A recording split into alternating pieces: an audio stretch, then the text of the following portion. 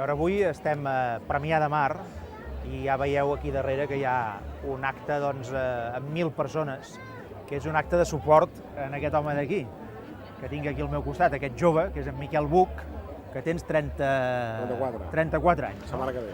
Alcalde de Premià de Mar, alcalde de Convergència i Unió. No? I bé, li fan aquest acte perquè fa 2 anys que ho és d'alcalde, per tant ho va ser amb 32 anys, molt jovenet, i de fet se li fa una mica d'homenatge en funció d'aquesta trajectòria al front de l'Ajuntament de Premià de Mar.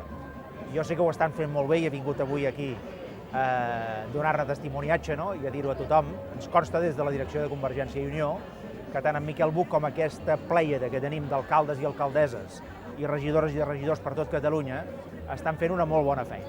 Són gent que estimen el país, són gent que estimen Catalunya, són gent que els agrada aquesta feina, que és una feina dura, no és una feina d'aquella de pa sucat amb oli, és molt exigent, però la fan de bon grat.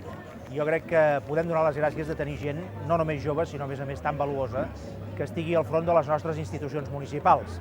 Perquè, com sabeu molt bé, un país també es construeix a partir de cada poble, a partir de cada vila i a partir de cada ciutat. A Premià de Mar en tenim un molt bon testimoni, un molt bon exemple, un molt bon model, i jo me n'alegro, i en Miquel Buch no deixa de ser un exemple d'aquesta fornada de gent jove de Convergència i Unió que realment fan molt de goig, ho he de dir, moltíssim goig, i que són una gran esperança pel futur de Catalunya.